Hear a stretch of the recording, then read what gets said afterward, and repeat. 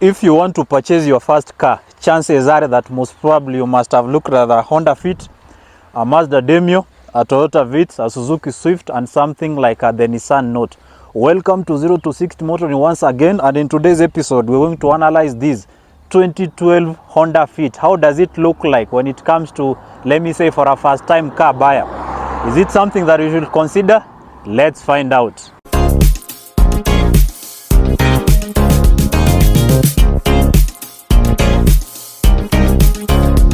With the basics as we build up this review.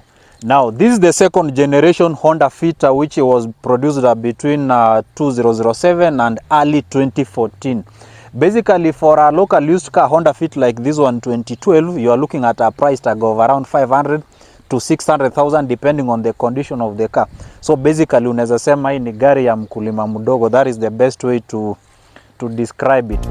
So when you're looking at the Honda Fit, this is actually, let me say, a popular car. It needs no introduction because this car is literally everywhere in the country.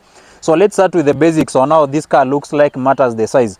So when you're looking at this car versus the rivals in the segment, the likes of the Vitz, Demio, Note, and the Swift, you realize that this is actually the biggest car in the class alongside the Nissan Note. So basically, being big, it means actually it is the roomiest car in the segment, and that actually takes us into the practicality element of the car. Let's find out how spacious is it. I've said that the Honda Fit is the biggest car in the class. Let's see how practical it is when it comes to the boot space. How does it look like? Now, this is the amount of room you have, and it's actually the biggest boot space you can have in the class. The only car that will compete with this one when it comes to the trunk space is the Nissan Note, because the Mazda Demio, Toyota Vitz, and the Suzuki Swift, they are actually cramped up when it comes to the boot space.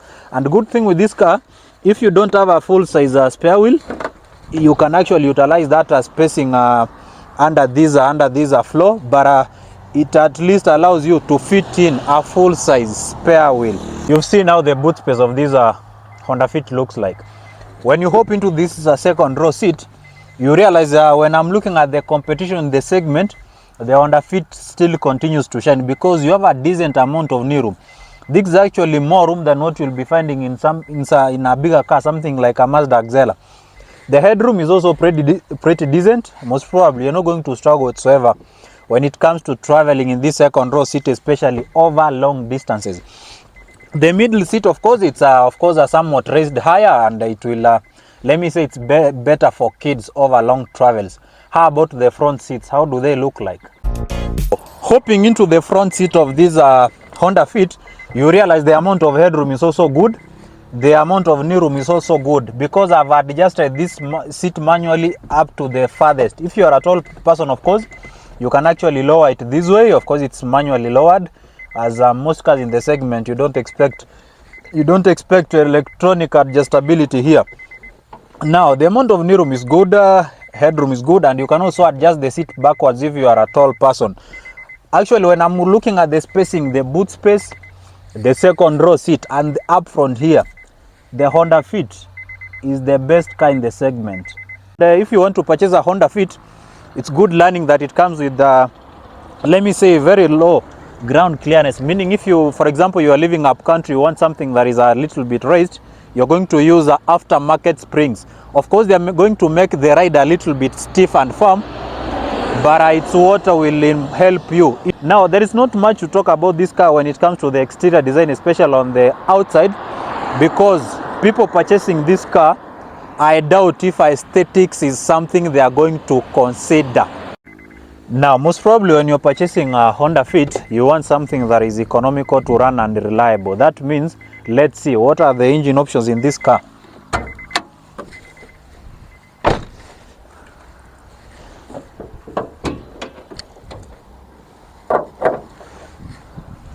Now, under the hood of this Honda Fit, you actually have a choice of, let me say, 3 powertrains to choose from. What I have here is actually the entry level or the base model. It's actually a 1.3 liter, or if you like, a 1300cc normally aspirated or naturally aspirated petrol engine. Next, you have a 1.3 liter, which is coupled with a hybrid or electric batteries. And then the top of the range is normally called a Honda Fit Ares, which normally comes with a 1.5 liter petrol engine. Our ratings of these are 1.3 liter. You are basically looking at around 99 brake horsepower. The hybrid motor is actually punchier, and then the 1.5 liter is normally the top of the range, which packs more power, because in that car you are looking at around 130 brake horsepower. So that car should be able to give bigger cars like the Toyota Premio or even a Subaru Forester non-turbo a massive run for their money.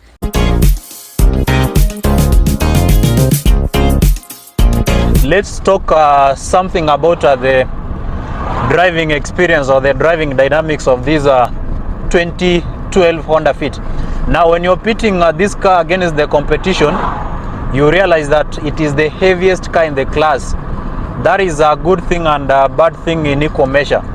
Because let me start with the positive element. Being the heaviest, it's actually the best to drive because it feels planted and more sure-footed than the Vitz, the Demio, and something like the Nissan Note. Of course, the 1.3 liter here, it makes 99 horses. You don't expect it to blow your hair away or let me say pin you into your seat, because it's an economical engine that should take you from A to B without any rally-inspired driving. Now, the 1.5 liter RS, that one is actually more powerful and it can actually give bigger cars a massive run for their money. Now, the reason you'll be buying a Honda Fit at 600,000 and not a GRX 120 Mark X is a fuel economy. Now, for this 1.3 liter, when it's you've carried like 3-4, you are 4 people in the car, fuel economy will be around 16-17 kilometers per liter.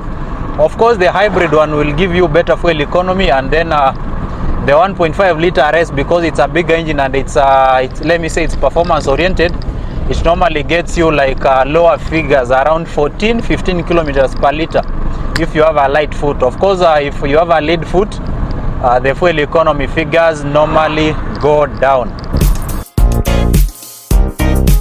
The reason you'll be purchasing a Honda Fit is reliability. Now, Honda builds bulletproof engines. Actually, let me call them tanks, because this 1.3 liter here, the 1.3 liter hybrid and the 1.5 liter in the RS, basically those engines can take you to the Titanic and back. They have no issues whatsoever when you're looking at reliability actually, because these engines, you just need to service them religiously from interval to interval and they will not, let me say, bring any issue, because Honda actually builds the best engines when it comes to reliability. So you can trust the 1.3 liter here, the 1.3 liter hybrid and the 1.5 liter in the RS to actually rake in over 300,000 kilometers without necessarily needing an engine overhaul. Basically, most probably some people will be asking the question, should I consider this or the hybrid flavor?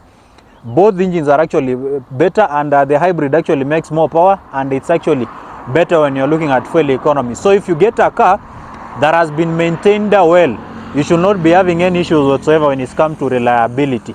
These are engines which will never skip a bit or give you issues actually.